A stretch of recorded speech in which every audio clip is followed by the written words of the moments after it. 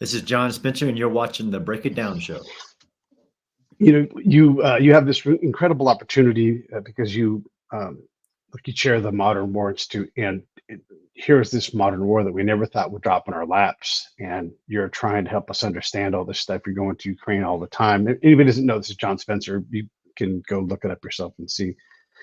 You get to keep going back and forth. Modern war. We talked, I don't know, maybe about a month ago or so in July. We talked when you first got back, and in that time, the war has evolved. Like it's just changing almost day by day. Yeah, absolutely. I think the speed of this war is also something very unique. As we've spoken before, how hard it is to understand something that is changing so Yeah, rapidly, where you might read something, and maybe that was true last month, but the whole strategic down to even the tactical situation is so evolving and so changing. It's hard to understand a complex system, and why understanding war in general is a multi-discipline. And we teach this at West Point, right? Even understanding strategy, you have to understand lots of disciplines of international relations, economics, uh, not just the military sciences of yeah. the fighting, but you have to understand it all. It's interesting. I was just yesterday. I had I don't know if you know Dr. Tim Furnish, but he was I think he was a chaplain's assistant. He went and got a PhD in Islamic studies. So he's not Islamic himself, but he studied that. He is Orthodox by religion, and so we talked about at least the U.S. is, especially on the policy and the DoD side, our disregard for religion and how it impacts a community. And then you bring it back in and you use that lens on Ukraine and you think, man, how do you ignore the interconnection between orthodoxy and all of orthodoxy, the neighbor Russian orthodoxy and how it impacts. And you could kind of use a proxy of the Shia in Iraq and Iran, where like the Iraqis are like, we're really not that religious and we really especially don't want Iranian influence. But hi, how you doing? I'm Shia, and you're like, wait, what? No, this doesn't matter. But yet it does matter, right? And so we like that one thing alone is so complex. You can't expect it. You can't expect a lieutenant or a captain to get that stuff while they're out there doing things on the ground. It's too much to add in with all the other things that you just opened with. Right. And, from understanding the complexities of secular and sacred influences on society, it's hard for anybody to understand. Even, like we talked about before, I visit Israel and have an understanding that uh, 75% of the population is actually secular, not religious. Like, yeah, but it's Israel. And Uh-huh. but to understand those interweaving cultural, societal, government, Uh-huh. um, it's hard. Now, it is to say that there is kind of overarching, some people believe some countries have a grand strategy, right?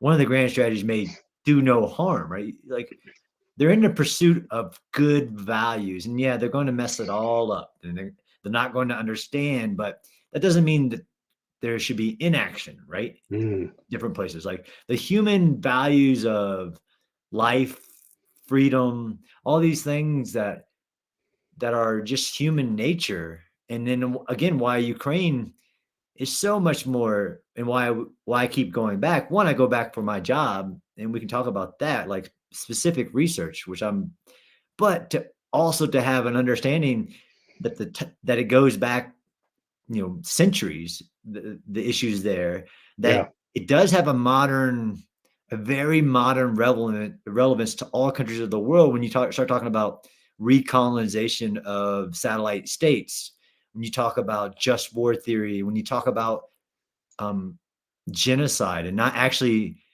like, you can see that somebody entered an environment and they may not even understand what's going on, but you can go into that environment and have the intention of doing harm, like have written orders like Nazi times, like, okay, our ultimate grand strategy here is to erase this group of people, this nation, Hmm. this religion, this other sect of this religion. if you can get down to the brass tacks of, are you there for good reasons?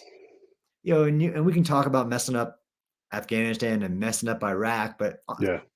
for me, yes, absolutely. And you learn from history, but there's also a very strong group of people that are really just trying to do good with no understanding. But I'll take that over somebody who's literally there, both personally and strategically, to do evil.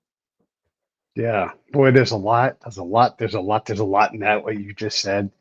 And when we don't understand the near term history, and I don't mean yesterday, last year, but that Ukraine has been part of Poland, the Austro-Hungarian Empire, and I'm just picking at random things it's been in the recent past, right?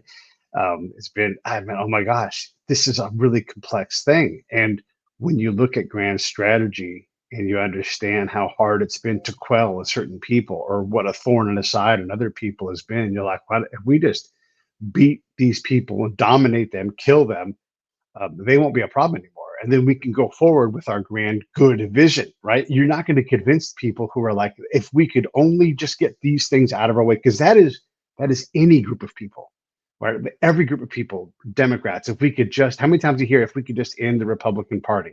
And by the way, vice versa, right? Like that'll be the end of the Democratic Party.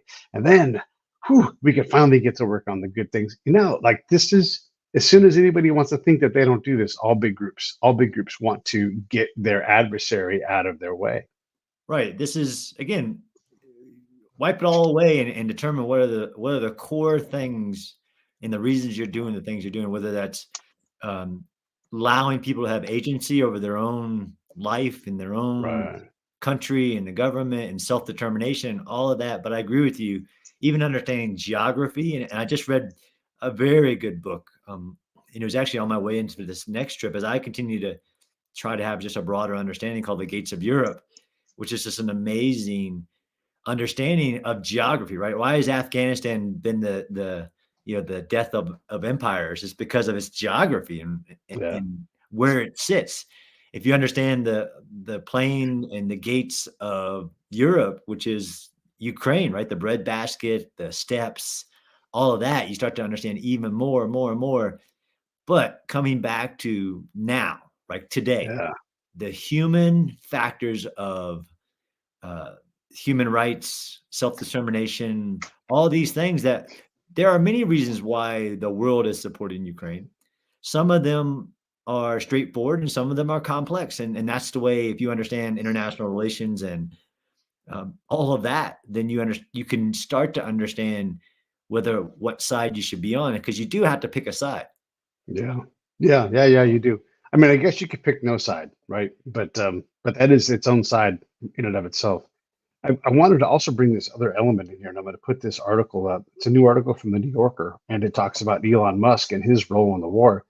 And this is just to illustrate the point of, we talk about oligarchs, we talk about all these different elements, and Elon Musk has a space internet network, among other things that are important strategically.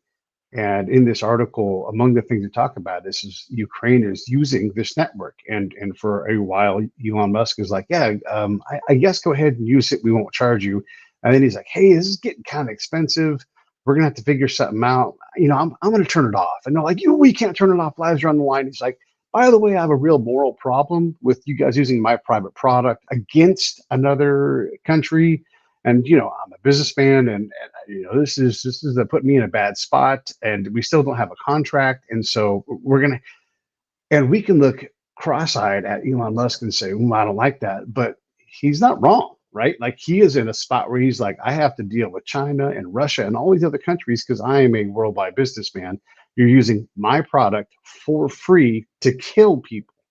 They get to look at me and go, what the fuck, man? And so we have this other element too, where you have industry and business and all these other things that are part of the battlefield, and in a way that has never been, at least to my knowledge, as present as it is now. Well, so I agree 100%. Elon Musk, the Ukraine would not exist today. It would be a very different war had it not been for Elon Musk's Starlink low orbiting civilian satellite system. which is better than most government systems. I mean, and the fact that he allowed Ukraine to do that. I mean, I understand what he said, and the DoD kind of stepped in and took over some of the, to funding certain Yeah. aspects of it. I understand absolutely, but this is he's a superpowered individual, right? Um, Right. but historically, and I'm not a historian, I hate when historians do this, like nothing's new in war. This is very unique, right? This is new. This civilian network, but it's not unheard of, right? If you Mm, understand how which you have to tell stories for people to relate to their own identity. If you understand the United States history and how super empowered individual like Rockefeller had to step in and fund the government to keep it moving, or how in ancient time, the Renaissance, where private individuals had to fund mercenary armies for the state, and again because they themselves identify with human values. And I think Elon, I don't speak for him, and I know a lot about the issues, but I actually, although he's an extravagant, has a lot of idiosyncrasies, he actually has those good moral human values. And I think he does cross the line. Like, okay, you can use this for all defensive purposes. mhm. The fact that you're using it for killing. But then there's the aspect of just war theory, of not just understanding why Russia's there, but how Russia's done it, and the mass Right. and genocide and no accountability. He gets to make, as a free agent, decisions on his property. But I think ultimately, and like he has for over 500 days, he understands it's vital to the survival of 40 million people. It's vital Yeah. to the military being able to do what they've done up to this point, which is actually um, amazing what they've done with so little, but empowered by super empowered individuals, which isn't unheard of even in the United States history. And if people understood that, Yeah. they would be where literally the Rockefeller opened his checkbook and said, "I will save the United States." Yeah. And not just Rockefeller, Vanderbilt, Mellon, That's all right. of these That's right. guys. If you watch that, that story of us, was that National Geographic, it really highlights it for you. But Yeah. understand, I mean, Elon's a free agent. He can make those Yeah. decisions, and I hope that he continues to make the decisions that are on the good. Like, there is literally few times in history when you can see the so clear a good versus evil, Hmm. and evil things happening in Europe. I mean, not that that's the only place in the world where it's happening, Right. but the repercussions, again, this is understanding geopolitics and the global international order and all these things that politicians like to use without continually explaining it to us, so that everybody understands Yeah. about what is recolonization, what is the law of war, what are Right. the things that keep the world safe. It's you mentioned just war a couple of times, and I want to get into that. But going back into this thing where you have these hyper enabled people, right? Like Elon Musk is above any kind of, what are you gonna federally, give me a fine? Like, you're adorable. Pat US on the head. It's like, oh, that's nice. Yeah, I don't care about that, right? He really is in a lot of ways above the law because he is the ultimate capacity creator, right? And so whether it was Mellon or whoever it was that changed how we did. If the Dutch didn't come in and bail our butts out and finance our war, there wouldn't be a U.S. And the Dutch have a lot of blood on their hands, right? Like, they've done a lot of things that you go, oh boy, the Dutch, and you balance them on the scale of history. Who knows, right? Like, these things aren't as complex or as simple as we want them to be. They're always more complex. So now let's bring it back to Ukraine and just war. And I think at the most basic level, this appears to be a just war, and I want you to correct me when I get wrong. However, we also know that the U.S. brings with it a lot of baggage. We tend to destabilize things, and we also see the Ukrainian state having trouble managing its own self to its own detriment. So it's not letting its Carnegies finance the war in a way that makes a lot of sense. You see them punishing their successful business people, sometimes justly so because they're thugs and criminals. Sometimes you're like, hey, you're going in and you're raiding something, and then you're asking that same raider to come in and fix your problem, right? And so there's like they're really struggling with this de-oligarching of their economy, right? And we're bad at this. And I have to say this out loud because this is open public knowledge. You go to the website and they tell you. You look at the Atlantic Council, which is very critical of certain aspects of the Ukrainian business world, and there are the two biggest oligarchs are funding the Atlantic Council, and you scratch your face. You go, oh my God, all of these oil interests are in there funding it. And you're like, okay, all of that is great, but however, how do I believe it? How do I believe when you're picking sides and you're writing academically? And I'm not saying everybody in this thing is compromised, but how also is this whole thing not compromised when two of the biggest oligarchs are listed in there? So back into the scope of just war, we know there are going to be people that make a lot of money in this war. When does just war stop and corruption begin? Is there a way to even do that? No, I mean, I think this is the accountability aspect. So just to remind everybody what just war theory is, right? It has two parts. I didn't teach this. I just know enough to, Right. it helps people think through.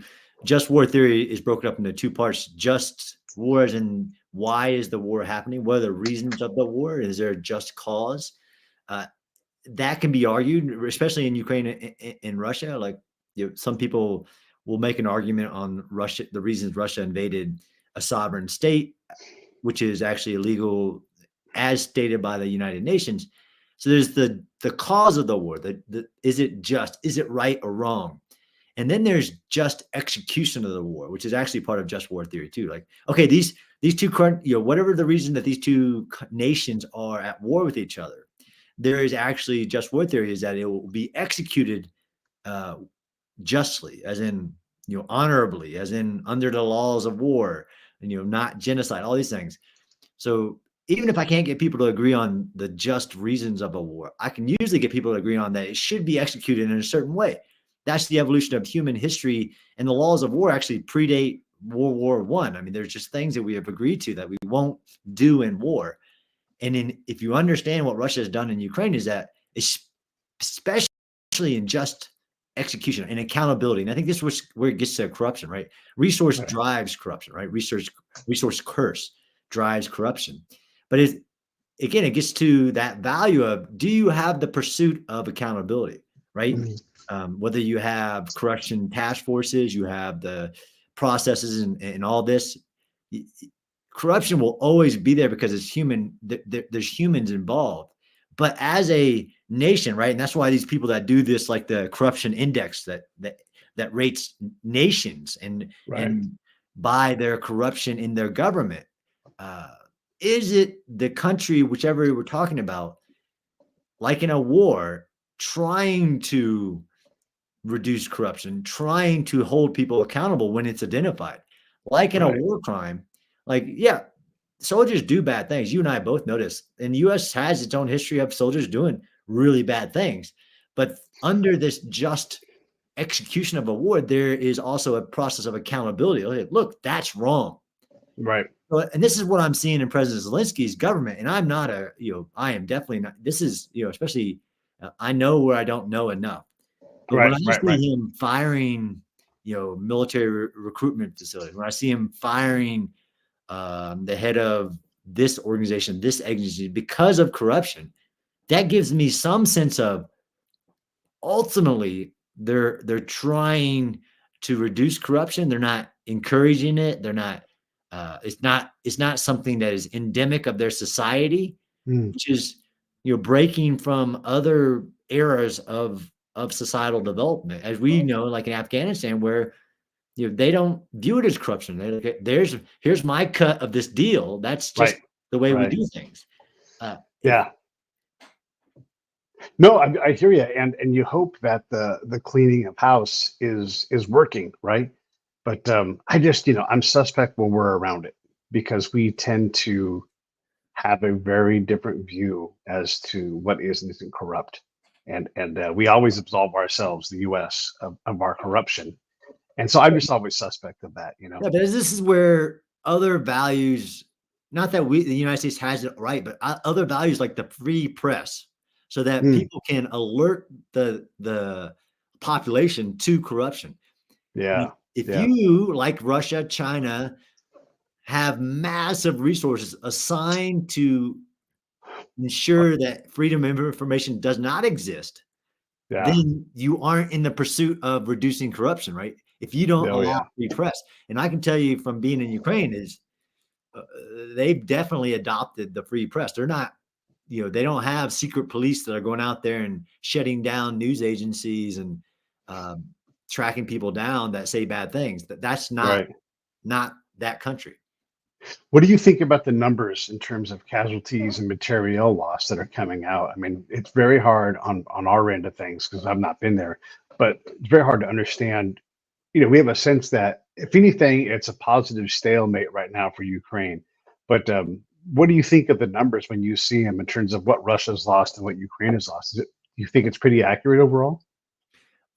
One, we have our own histories of trying to count bodies, right? The casualty Yeah. figures, right? Yes. Vietnam and I've even experienced it. You probably seen it. Like, well, how many enemy did you kill on that Yeah. raid or that Yeah. reacting? Like, I didn't. I don't know. Well, we need Yeah. a number. Like, I need a number. Yeah. That's always going to be complex. Yeah. I did see a lot of the, and I'm really skeptical about how any intelligence organization can make an accurate figure of the casualties, especially if they're not the Ukrainian government or the Russian government, who are the only people that has a roster of like, okay, these people went to war, these people came Yeah. back. These Uh, people aren't eating chow. These uh, people are eating chow. right? There's only two Yeah. people in those organizations. Yeah. So I'm really suspect. I like it when it's a range. Yeah. Clearly, hundreds of people are dying a day.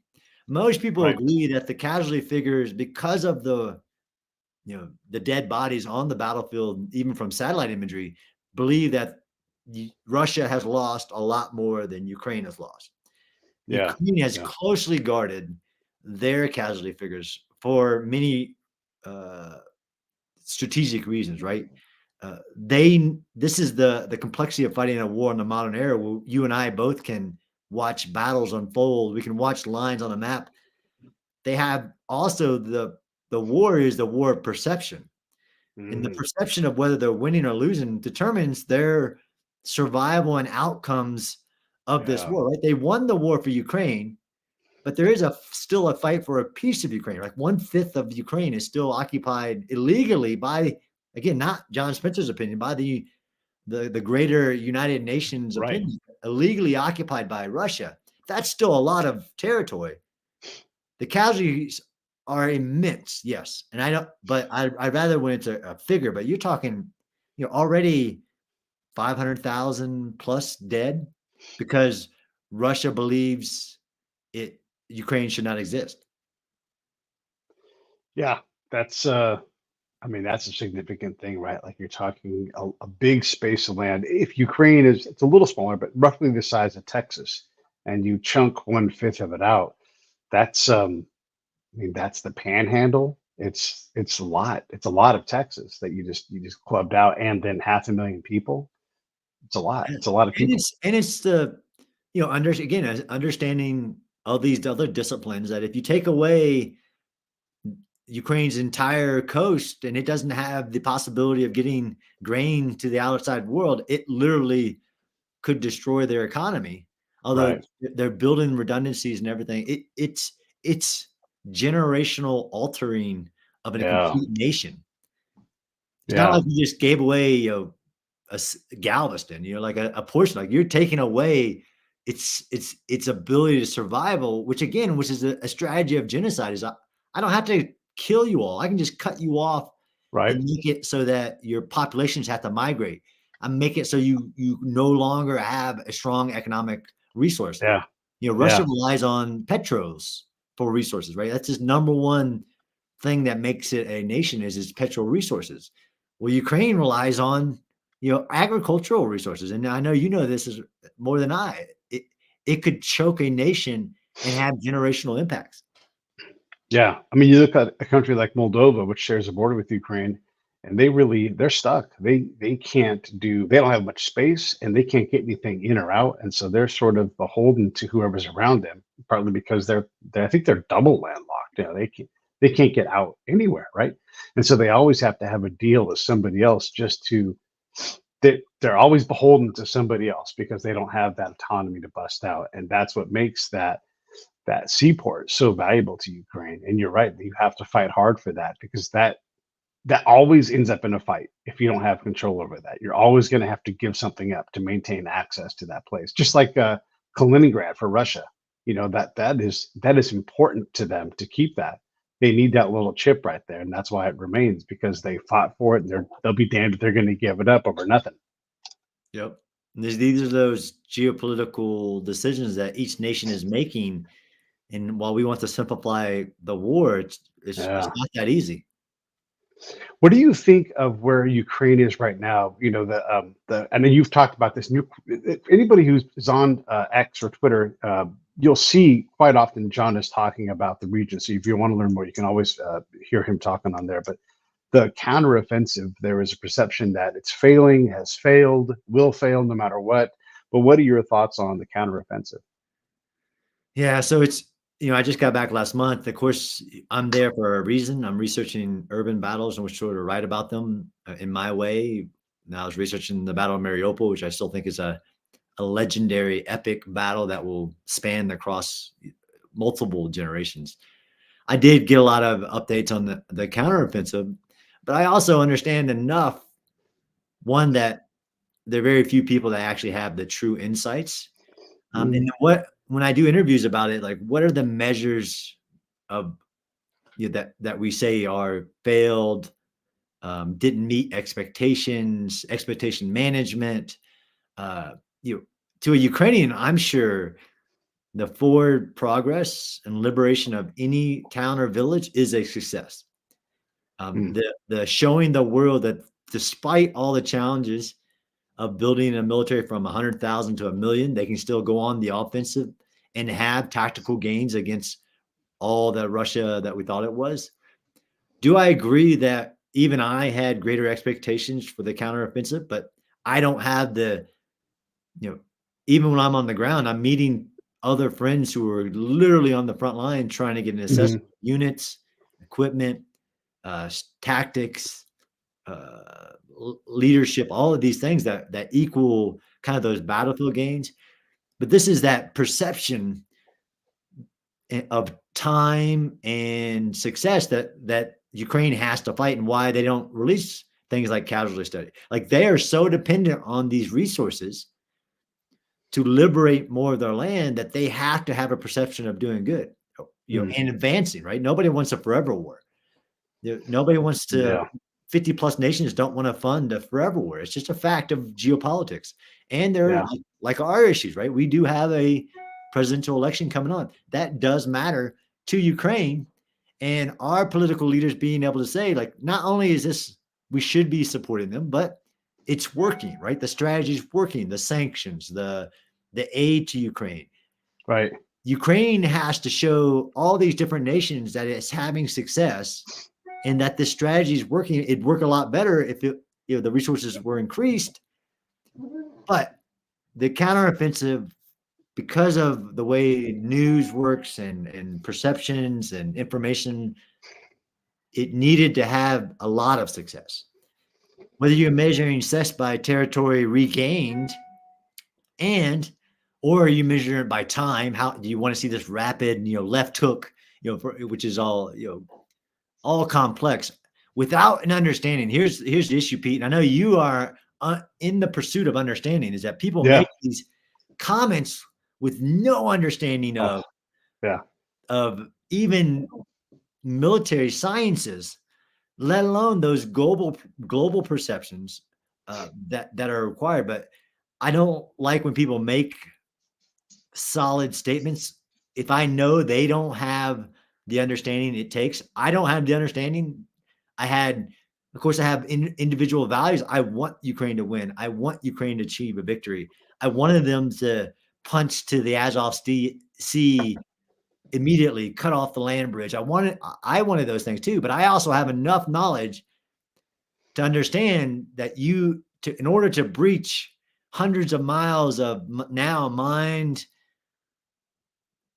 trenches, phases of trenches that nobody has done that, even in World War II without air power. Yeah. But I got caught up too in the global percent. Like, okay, this it's going to be rapid. It's going to be hard. It's going to, and this is reminding us that one, we need to continue to study war, Yeah. and Ukraine is doing so much with so little. But I don't like when people make comments about the counteroffensive when I know they don't know that even the tacit knowledge of what's going on in that area of Ukraine, let alone across the whole counteroffensive. Right. Not done yet. I can say that with pretty much clarity is that the counteroffensive, which is a phased thing, didn't start when everybody, uh, it started when Ukraine determined that they had assumed enough risk with what they knew was coming or what was being trained that they launched it. I know that it's not over yet. Mm. You know, all of these things, like you're right, the complexities. And by the way, Russia has a say in all of this. And if we push Russia too hard, we think Putin is like teetering on the edge of being taken out. And maybe that's true. It turns out he's got a lot of levers he can pull. He can make this war very, very painful. And we're not even talking about nuclear power right now.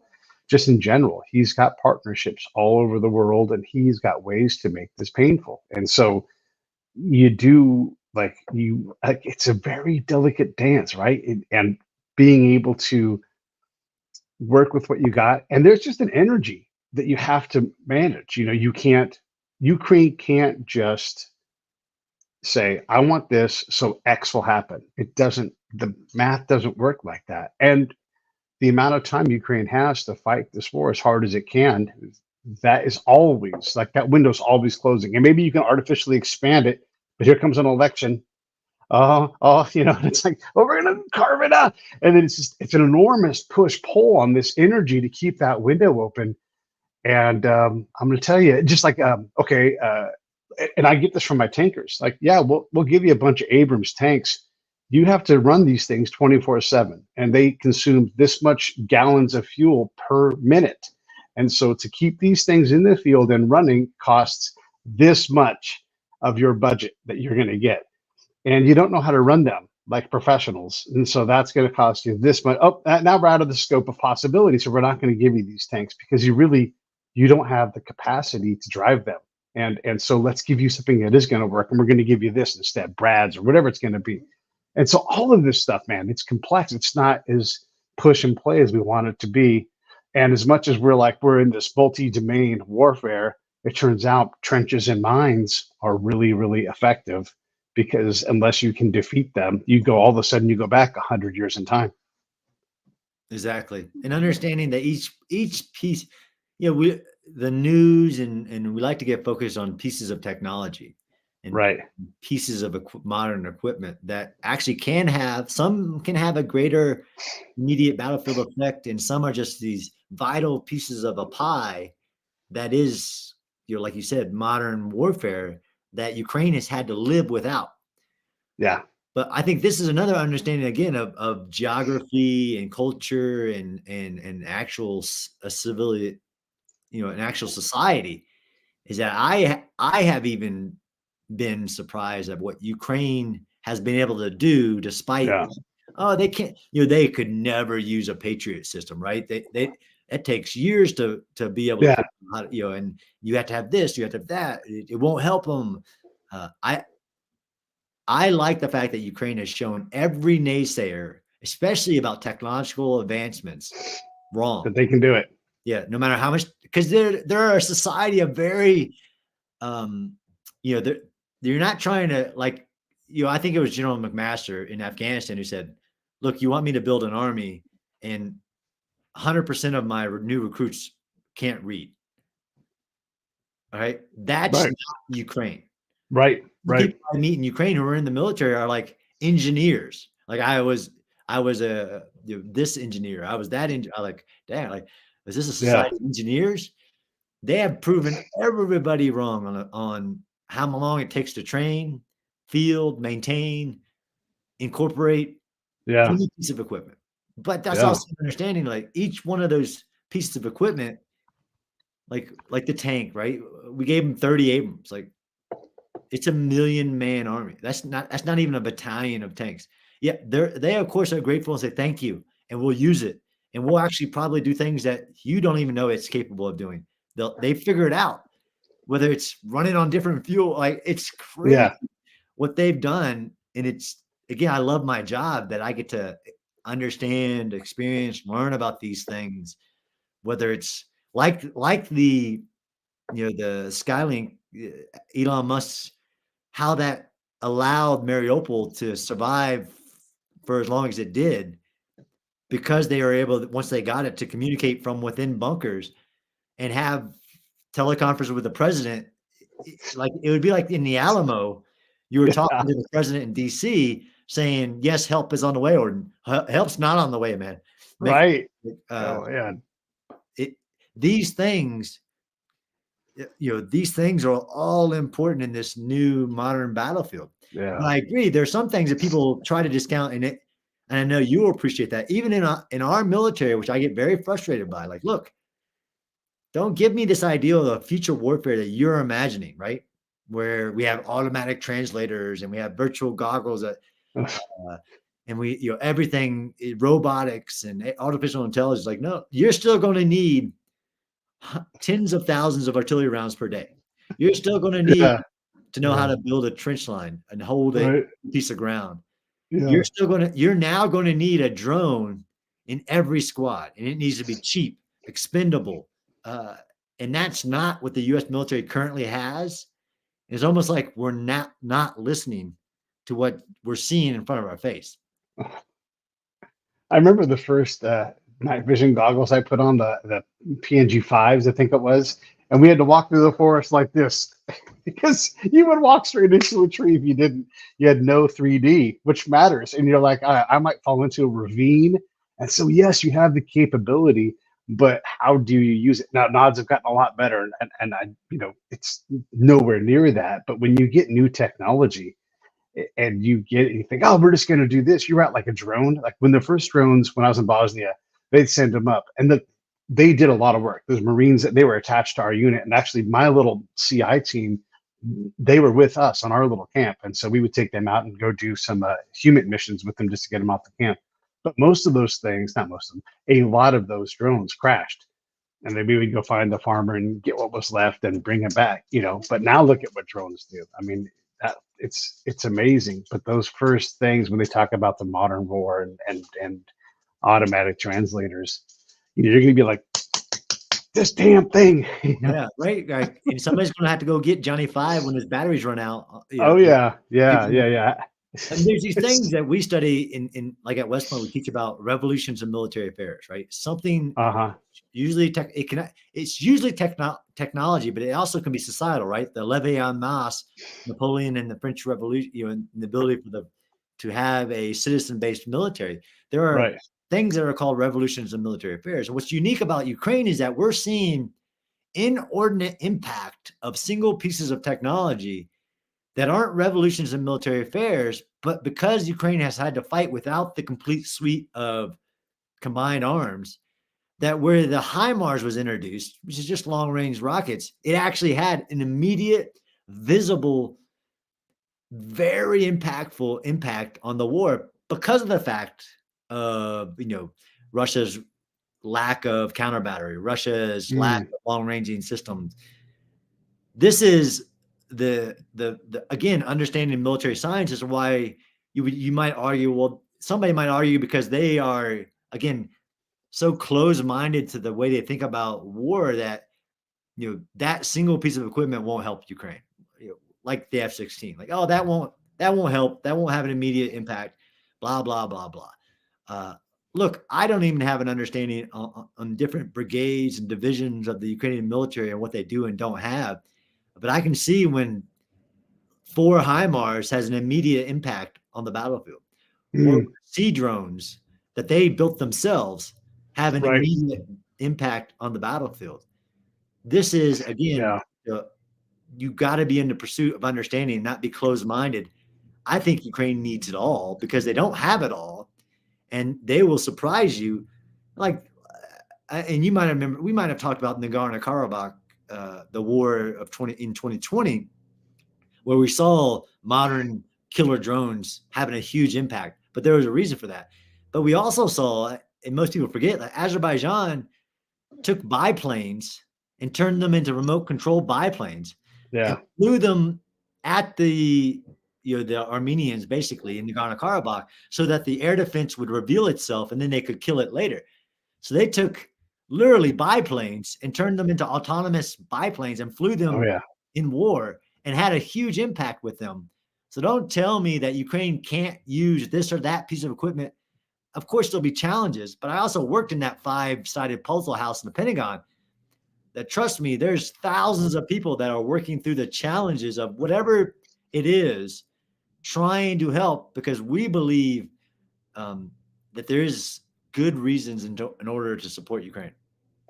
If you took drones, simple drones, mechanical drones, not even, like tester powered, like and through, and you had RKG threes underneath them dangling and just mechanically drop them at a certain distance in time, you can stop an armor column at least temporarily, and that might be all you need. Like if you see a bunch of anti-tank grenades coming at you randomly, and a pattern, doesn't matter if it works. It matters that that's a threat you haven't seen before, and that commander has to go, damn the anti-tank grenades were going forward, or they go, oh shit, what is this thing? And it's like you can have all the shotguns you want. If there's 500 of them, some are going to get through, and you're a command. And what is, John? What is that particular weapon system cost? $100,000? No, less. It's old used stuff and drones that are going to do something. It doesn't have to even work. It just has to slow that column down to give you a chance to flank or whatever it is, right? Just get them talking about it. Who knows, right? Like there's so many advantages in trying something like that. That's literally all off the shelf. Right. And there's a little bit of the drone counter drone battle happening, right? Kind of like the Right. IED, but it's not the same. I agree. I mean, Ukraine had these type of drones that could drop a grenade into a turret of a tank before the war. Mm-hmm. And I don't know if you saw Pete, but the Department of Defense, the U.S. Department of Defense, just re-upped the ban on the use of the Chinese DJI drones, which and I'm not a drone expert. I just know that DJI specifically cornered the market on the technology, the manufacturing, the cheapness, and all that of that. But they also did it to Altel as well. Like the U.S. is trying to hold this back, although those things can be cyber hardened. Like all the reasons why, I understand. But that scenario, Pete, if it was a U.S. tank column, yeah, fielded today, yeah, and the enemy had that technology with a, let's say, 20 drone cyber hardened with, because Ukraine has drones that can carry 6 81 millimeter mortars on it. Jesus, yeah, But if that was a U.S. tank column that did not have something like the Israeli air defense, individual tank trophy air defense yeah, system, if that U.S. tank column goes into that, it could be eliminated. If it yeah, doesn't have now this suite of a bubble of air defenses now on it, yeah, that's a little different than, although the drone is just kind of the evolution of the concept of air power, but it has shaken everything up. sure, We're not sure, adapting fast enough to where the Ukrainians are adapting, and they always say this, right? Necessity is the father of innovation, right? yeah, yeah, So now you have this drone, counter drone, and echelon of types of drones from COTS to the high end killer drones yeah, that a normal division of fighting force, if it doesn't already have fielded that at scale, right? This is the other issue, right? yeah, Well, yeah, that unit has that piece of equipment, whatever it is, air defense, whatever. You don't have it at scale, right? To fight in a pure competition right now. And I'm hoping, I have seen a lot of this, right? Whether that's the production of artillery rounds or whatever it is. But for some reason, that's the one area where I can point to the world is not listening, and that's drones. mm, If interesting, right now, every squad of every military in the world should have a drone capability for multiple functions, or like reconnaissance, like Yeah. putting something up there so you don't lead with your face, uh, air attack, you name it, like the whole suite of combat warfighting functions. Yeah. Every squad in every military should have a suite of expendable drones today, and we're not listening. Wow. Yeah, that's crazy. And just in my own little world, is there not room for a mechanical, like completely non-EWO, like EWO blind? Like doesn't matter what you do. This is all seer driven. So at 30 seconds, this will happen. It will bank left, and then it's a one-way drone. It doesn't come back, but it does its mission. I can see a world where that's a real thing. I mean, it's just mechanical. I don't care what kind of electronic warfare countermeasure you have because it doesn't need that to get there. That's right, and I'm telling you, it's there. It's by necessity. Those things are there.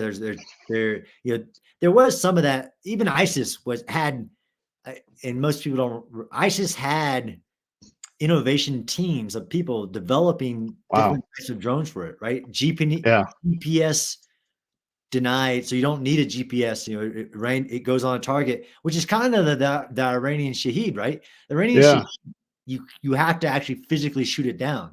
It's on a glide path, but that makes it easier to shoot down and slower but this is the evolution. I agree with you, absolutely a mechanical system, and there are counters to it, right? That's why a bullet is still a very effective weapon on the modern battlefield, right? Yeah. Yeah. My Right. A air shotgun defenses, round is great. Yeah. that's like the Gepard for the Gepard, which is this this old school air defense system has done so well in Ukraine because it just puts up a wall of lead in the sky.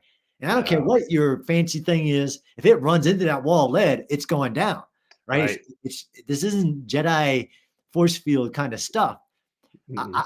The Ukrainians will find a way to defeat it. It's just at scale. So that's the other issue. Yes, you can Yeah. mechanically. I mean, the Russians even made a tank into a mechanical bomb. I don't know if you saw that. They took like Uh-uh. I don't know, a T-65, T-72, and they filled it full of explosives and basically engineered the gas pedal down and just sent it towards the front line of the Ukrainians. And what are you going to do if you don't have enough explosive force to stop it? Yeah. Wow. Yeah. Hello. Yeah, It's coming. Right. yeah, Yeah. That's crazy. Yeah. You leave those guys alone and put life on the line, and they'll come up with some. Again, a lot of these guys are farmers.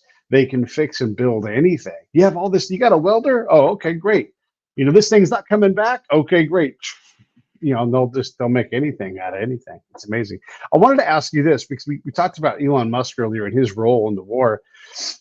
What are your thoughts on leveraging some of these? And I'm not going to call them oligarchs because that's too singular, right? So you take some of these successful Ukrainian businessmen, and they're like, if you want to repair your image in this country, why don't you start doing the Rockefeller thing? Why don't you start funding some of this? It doesn't have to be direct, rounds on targets kind of thing, but why don't you help us build? You guys know how to build factories. Why don't you help build some of these factories and help us, become self-sufficient on whatever it is? I mean, I think there's a reasonable call to that, and in a way to help fight corruption. It's like, prove it, help the cause, and let's be a little more self-sufficient because we can't rely on the Americans. Because you and I both know there's going to be a lot of people that are going to run like F Ukraine. We're not spending our money there. We got Hawaii, right? Nobody cares about Hawaii, by the way.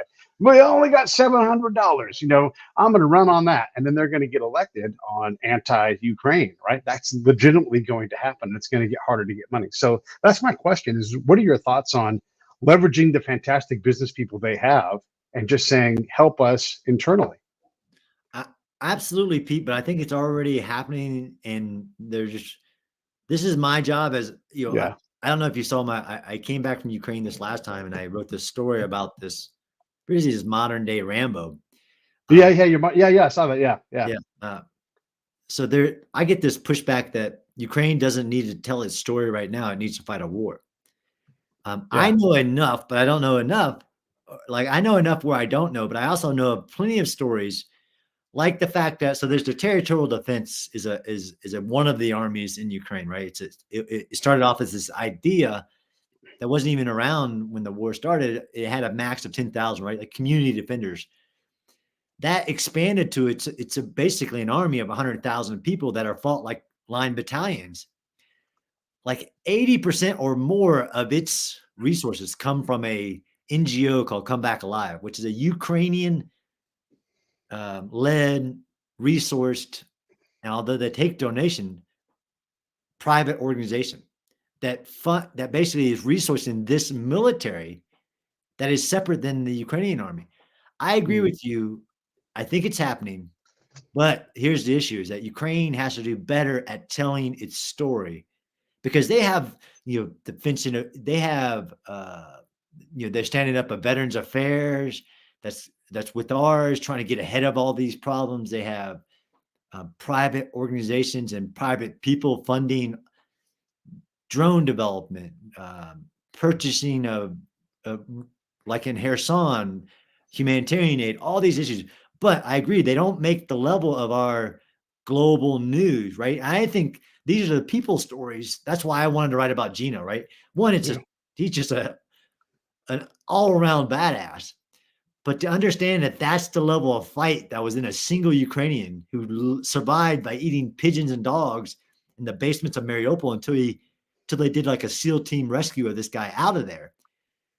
But those are the human stories, like Rockefeller, that we know now. That had that not been a story, but at some point we would never know about it. Ukraine needs to get better at telling its other stories, other than is the counteroffensive working or not. How about let's talk about this story of this person who is having a countrywide impact because while some of the oligarchs left, right? Some of them left and went to Russia, right? That's just a fact. Some of them are in different places. There are plenty, and I met a few of them. Like honestly, like the mayor of Kyiv, Klitschko, which we all know is like this famous athlete, right? right. Who owns multiple hotels. He's not a poor person, but he is inordinately giving of himself and of his money and of his fame and of his time in the defense of what he views as Ukraine and this new part. And Yeah, he's been part of the system always. They just got to get a lot better at telling their stories, Pete, so that when we ask that question, we can point to, yeah, but what about this guy, yeah, this Elon Musk of Ukraine who is actually financing this effort, and it might not even be the actual defense. He's financing right. children, you know. Production of some kind or whatever. Yeah. Yeah, And on our end, we have a problem of like once you're on a dossier as being this bad guys, an oligarch, like we have to chill out and let people who are trying to be Ukrainian first and fund things, and their weapon system is business. We have to allow that to be a good thing. Now, there was a great question here. It's from a LinkedIn. It doesn't say who the LinkedIn user was because that's how the system cooperates. But uh, and maybe you don't have an answer for this, but let's just talk about this for a minute and then we'll close out. One of the things that I worry about, because there is corruption in Ukraine, and they are one of the countries that look at me and go, oh, and by the way, U.S. is, if we're not corrupt, we're a corrupting force. And so when we see problems in the court, which includes the chief justice right now being looked at for corruption and having a big old wad of money and a whole bunch of justices that we're going to get fed. When we see this has to be hard on the business world that looks at Ukraine and goes, because I don't know if you know this, but I've been looking into the different aspects of the corruption. There are court cases that happen and they are leaking into the various European arbitration courts and higher courts because the fair case can't be heard inside Ukraine. And then when the business person wins externally and brings their win back to Ukraine to the court is, nope, no thanks. And that's a problem.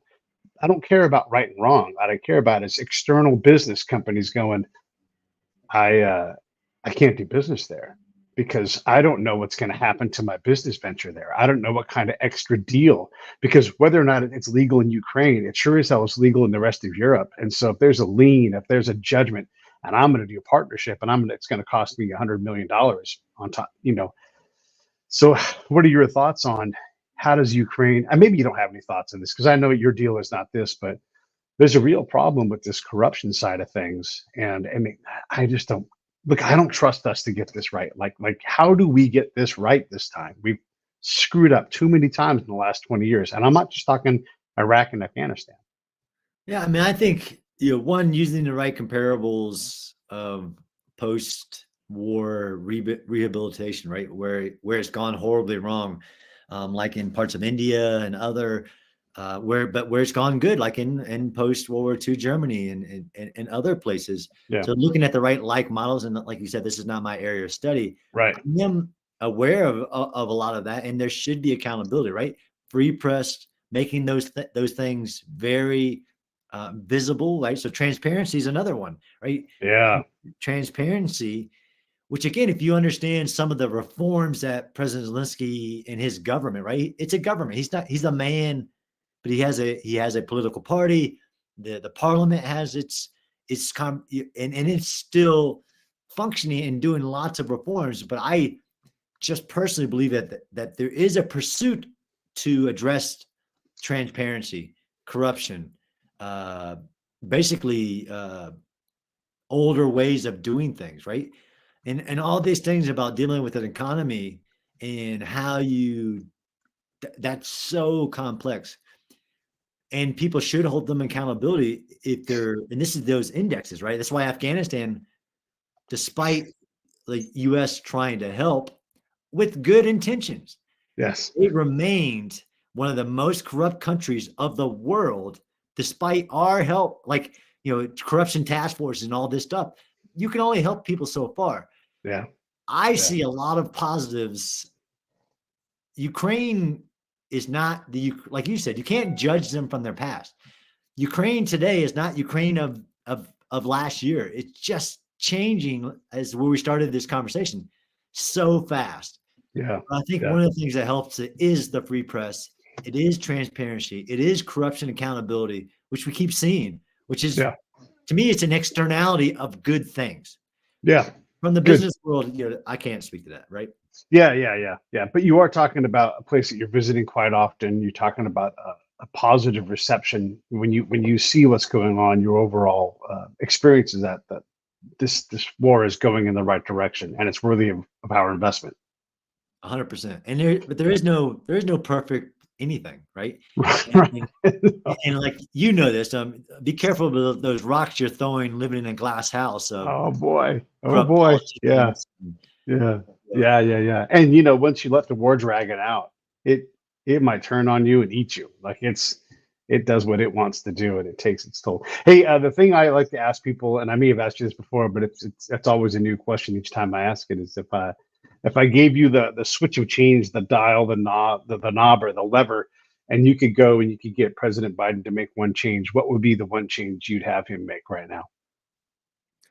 Increase the resourcing of Ukraine from 4% of our annual budget to 10%. 4 to 10. Yeah. Yeah. Right now, we're giving 4% of our national Department of Defense, which is over $800 billion a year.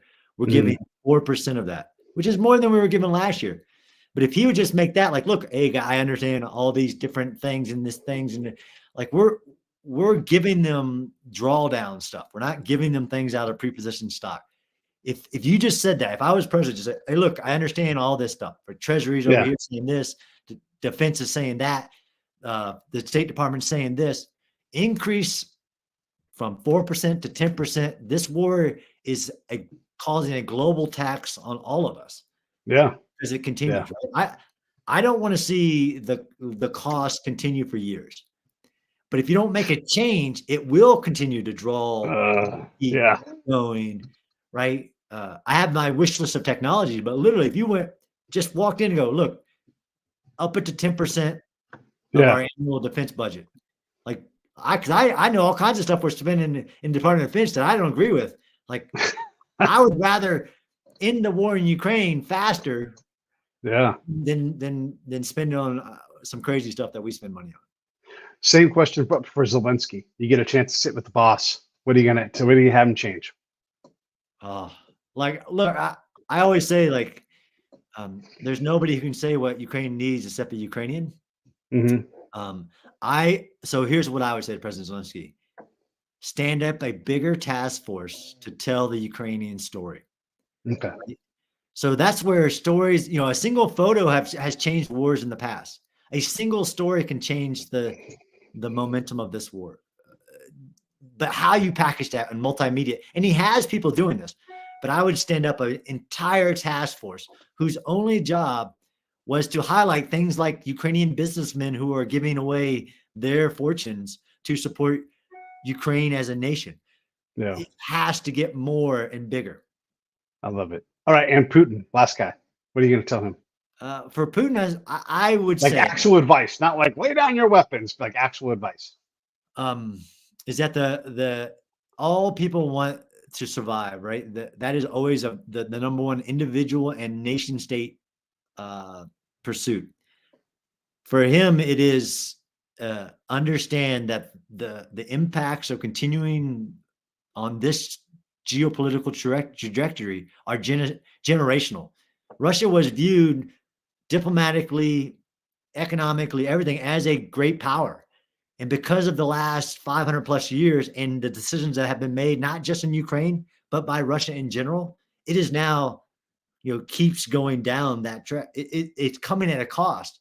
Yeah. And he has to make a change. And the number one change you could make is change the goals in Ukraine and go to some type of reasonable, one, hold accountability to your soldiers, but a reasonable path.